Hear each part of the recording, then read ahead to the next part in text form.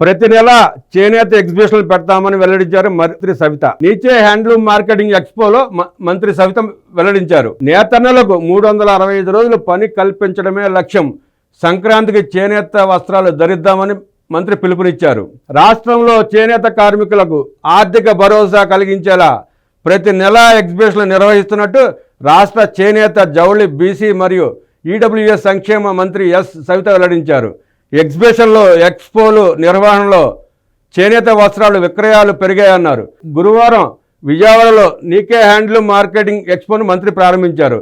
ఈ సందర్భంగా ఎక్స్పోలో ఏర్పాటు చేసిన ప్రతి స్టాల్ వద్దకు వెళ్ళి ఏ రాష్ట్రం నుంచి వచ్చారు, అమ్మకాలు ఎలా జరుగుతున్నాయని మంత్రి అడిగి తెలుసుకున్నారు. ఈ సందర్భంగా తనను కలిసిన విలేకరులతో మాట్లాడుతూ ఎంతో కీలకమైన చేనేతకు సీఎం చంద్రబాబు అండగా ఉంటున్నారన్నారు. నేతలకు ఆర్థిక భరోసా కలిగించడానికి రాష్ట్రంలోనూ విదేశాల్లోనూ చేనేత ఎగ్జిబిషన్లు నిర్వహిస్తామన్నారు. ప్రతి నెల చేనేత ఎగ్జిబిషన్లు నిర్వహించేలా చర్యలు తీసుకుంటున్నామని మంత్రి సవిత తెలిపారు. దీనిలో భాగంగా కేంద్ర ప్రభుత్వ సంస్థ వీవర్స్ సర్వీస్ సెంటర్ రాష్ట్ర ప్రభుత్వం ఆధ్వర్యంలో విజయవాడ నీకే హ్యాండ్లూమ్ మార్కెటింగ్ ఎక్స్పోను నిర్వహిస్తున్నామన్నారు. వారం పాటు నిర్వహించే ఎక్స్పోలో 49 స్టాల్స్ ఏర్పాటు చేశామన్నారు. రాష్ట్రంతో పాటు తెలంగాణ, ఉత్తరప్రదేశ్, రాజస్థాన్, జార్ఖండ్, మహారాష్ట్ర, పశ్చిమ బెంగాల్, తమిళనాడు, మధ్యప్రదేశ్, జమ్మూ కాశ్మీర్, బీహార్కు చెందిన 49 మంది చేనేత కార్మికులు సొసైటీలు స్టాళ్లు ఏర్పాటు చేశాయన్నారు. ఇటీవల రాష్ట్రానికి వచ్చిన కేంద్ర చేనేత జౌళి శాఖ మంత్రి దృష్టికి రాష్ట్రంలో చేనేత కార్మికుల సమస్యలను తీసుకెళ్లినట్లు మంత్రి వెల్లడించారు. చేనేతతో సంక్రాంతిని చేసుకుందామని పిలుపునిచ్చారు మంత్రి సవిత. చేనేత వస్త్రాలు తెలుగు సంప్రదాయానికి ప్రతీకని మంత్రి సవిత అన్నారు. రాబోయే సంక్రాంతికి ప్రజలంతా చేనేత వస్త్రాలు కొనుగోలు చేసి ధరించాలని పిలుపునిచ్చారు. తెలుగింటి పెద్ద పండుగ సంక్రాంతిని చేనేతతో జరుపుకుందామని అన్నారు. చేనేత వస్త్రాలు కొనుగోలు చేసి నేతలకు అండగా నిలవాలని మంత్రి సవిత కోరారు. 365 రోజులు పని కల్పిస్తాం.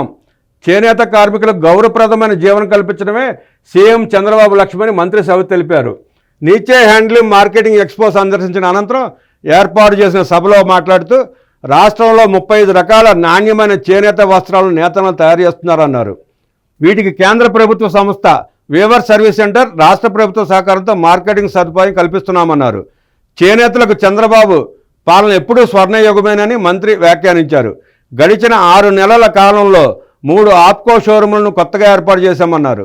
రాష్ట్రంలో 10 క్లస్టర్లు ఏర్పాటు చేయనున్నామని, ఇందుకు ఆదిత్య బిర్లా గ్రూప్ సహకారం తీసుకుంటున్నామన్నారు. చేనేత వస్త్రాల అమ్మకాలకు నేతలకు 365 రోజుల పాటు పని కల్పించేలా టాటా సంస్థతో ఒప్పందం చేసుకున్నామని వెల్లడించారు. ఇప్పటికే ఆ సంస్థ ఆధ్వర్యంలో కార్యకలాపాలు ప్రారంభించామన్నారు. త్వరలో 5% జీఎస్టీ రియంబర్స్మెంట్కు చర్యలు తీసుకుంటామన్నారు. కార్యక్రమంలో APCO MD Pavanimurthy, weaver service centre DD Sahu తదితరులు పాల్గొన్నారు. మరో కార్యక్రమంలో మాట్లాడుతూ 11వ వడ్డే ఓబన్న జయంతి వేడుకలు అంటూ ప్రకటించారు బీసీ సంక్షేమ శాఖ మంత్రి ఎస్ సవిత. గుంటూరు A1 కన్వెన్షన్లో రాష్ట్ర స్థాయి వేడుకలు, అన్ని జిల్లా కేంద్రాల్లో అధికారికంగా నిర్వహణ, బీసీ సంక్షేమం అభివృద్ధికి అత్యధిక ప్రాధాన్యత అన్నారు మంత్రి సవిత.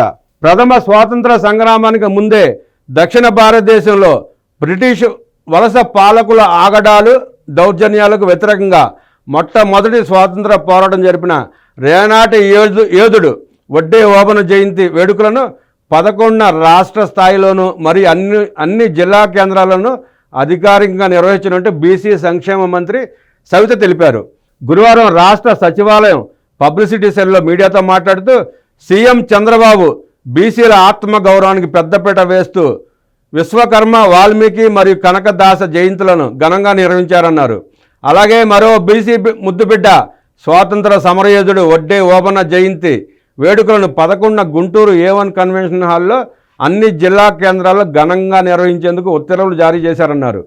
కర్నూలు జిల్లా రేనాటి ప్రాంతంలో 1807 జనవరి 11న సంచార జాతికి చెందిన వడ్డేర కులంలో ఓబన్న జన్మనించారని, శిస్తుల వసూలు విషయంలో బ్రిటిష్ ఈస్ట్ ఇండియా కంపెనీ అధికారులకు మరి రేనాటి పాలెగాళ్లకు మధ్య ప్రారంభమైన ఘర్షణలు క్రమేపీ సాయుధ పోరాటాలుగా మారాయన్నారు. నొస్సం పాలెగాడు ఉయ్యాలవాడ నరసింహారెడ్డి చేసిన సాయుధ పోరాటం ఇందులో ముఖ్యమైందన్నారు. ఈ పోరాటంలో సైన్యాధ్యక్షుడిగా ఉన్న వడ్డే ఓబన్న వీరోచిత పాత్రను పోషించారని, వడ్డెర్లు, బోయలు మరియు చెంచులతో కూడిన సంచార తెగల సైన్యాన్ని 10,000 మందితో ఏర్పాటు చేసుకుని బ్రిటిష్ సైన్యంతో విరోచితంగా పోరాడిన మహోన్నత వ్యక్తి వడ్డే ఓబన్న అని అన్నారు. బ్రిటిష్ పాలకుల దౌర్జన్యానికి వ్యతిరేకంగా వడ్డే ఓబన్న చేసిన పోరాట పటిమను భవిష్యత్ తరాల వారికి తెలియజేయాలనే ఉద్దేశంతో ముఖ్యమంత్రి చంద్రబాబు జయంతి నిర్వహణ నిర్ణయం తీసుకున్నట్టు తెలిపారు. బీసీల సంక్షేమానికి అభివృద్ధికి అత్యధిక ప్రాధాన్యత. బీసీల సంక్షేమానికి అభివృద్ధికి తమ ప్రభుత్వం అత్యధిక ప్రాధాన్యత ఇస్తున్నట్టు మంత్రి సవిత తెలిపారు. బడుగు బలహీన వర్గాల రాజకీయ సామాజిక అభ్యున్నతికి స్వర్గీయ ఎన్టీఆర్తో పాటు ముఖ్యమంత్రి నారా చంద్రబాబు నాయుడు అత్యధిక ప్రాధాన్యతనిస్తూ పథకాలు అమలు చేస్తున్నారన్నారు. రాష్ట్ర చరిత్రలో ఎన్నడూ లేని విధంగా బీసీలకు బడ్జెట్లో 39,007 కోట్లు కేటాయించడం జరిగిందన్నారు. ఈ ఆర్థిక సంవత్సరం ముగిసేలోపు 60,000 మందికి లబ్ధి చేకూర్చేలా ఈడబ్ల్యూఎస్ కార్పొరేషన్లకు 10,273.80 కోట్లు కేటాయించామన్నారు. బీసీ హాస్టళ్ల విద్యార్థుల డైట్ బిల్లు కోసం బడ్జెట్లో కేటాయించిన దానికంటే అదనంగా 45.52 కోట్లు ఇస్తున్నట్టు చెప్పారు. కాస్మోటిక్ ఛార్జీలకు బడ్జెట్లో 11 కోట్లు కేటాయించగా అదనంగా మరో 21.60 కోట్లు మంజూరు చేశామన్నారు. ట్యూటర్ల పారితోషికానికి బడ్జెట్లో 1 కోటి కేటాయించగా ఇప్పుడు 3.20 కోట్లు అదనంగా చెల్లిస్తున్నామన్నారు. గతంలో నిర్మాణం ప్రారంభించి 80% పనులతో అసంపూర్తిగా నిలిచిపోయిన 5 బీసీ రెసిడెన్షియల్ పాఠశాల భవనాల నిర్మాణానికి 85 కోట్లు కేటాయించడం జరిగిందన్నారు. అమరావతిలో 5 ఎకరాల్లో బీసీ స్టడీ సర్కిల్ నిర్మించబోతున్నామని, బీసీ అభ్యర్థుల కోసం ఇటీవల విజయవాడలో ఉచిత సివిల్ సర్వీసెస్ కోచింగ్ సెంటర్ ప్రారంభించామన్నారు. ఈ సెంటర్లో 110 మంది అభ్యర్థులకు ఉచిత వసతితో కూడిన సివిల్స్ శిక్షణ అందిస్తున్నామన్నారు. 26 జిల్లాల్లో ఉచిత డిఎస్సి కోచింగ్ ద్వారా 6,000 మందికి శిక్షణ ఇస్తున్నామన్నారు. త్వరలో ఆన్లైన్ శిక్షణ తరగతులు కూడా ప్రారంభించబోతున్నామన్నారు మంత్రి. ఫ్రీ మెట్రిక్ స్కాలర్షిప్లకు 31.51 కోట్లు, పోస్ట్ మెట్రిక్ స్కాలర్షిప్లకు 222.97 కోట్లు కేటాయించామన్నారు.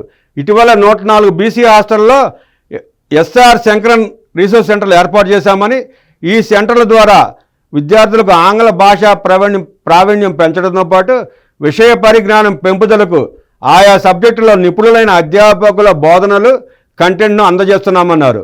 2014-19 మధ్య ఎన్టీఆర్ విదేశీ విద్యా పథకం కింద ఎంపికైన విద్యార్థులకు 45.54 కోట్లు బకాయిలు చెల్లిస్తున్నామన్నారు. నిర్మాణంలో ఉన్న 3 బీసీ భవనాలను పూర్తి చేయడానికి 10.12 కోట్లు విడుదల చేశామన్నారు. రూ. 18 కోట్లతో వసతి గృహాల్లో వంట సామాగ్రి, ఇతర వస్తువులు కొనుగోలు చేస్తున్నామన్నారు.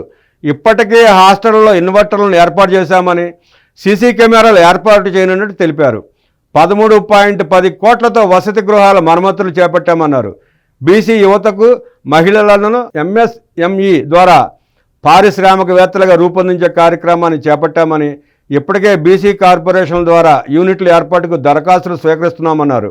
దీనిలో భాగంగా 1,700 జనరిక్ మెడికల్ షాపులు బీసీ బిడ్డలతో ప్రారంభించబోతున్నామన్నారు. అసంపూర్తిగా నిలిచిపోయిన కాపు భవనాలను పూర్తి చేయడానికి 5.41 కోట్లు విడుదల చేశామన్నారు. ఈడబ్ల్యూఎస్లో ఉన్న బీపీఎల్ కుటుంబాలను అభివృద్ధి చేయడానికి యాక్షన్ ప్లాన్ రూపొందిస్తున్నామన్నారు.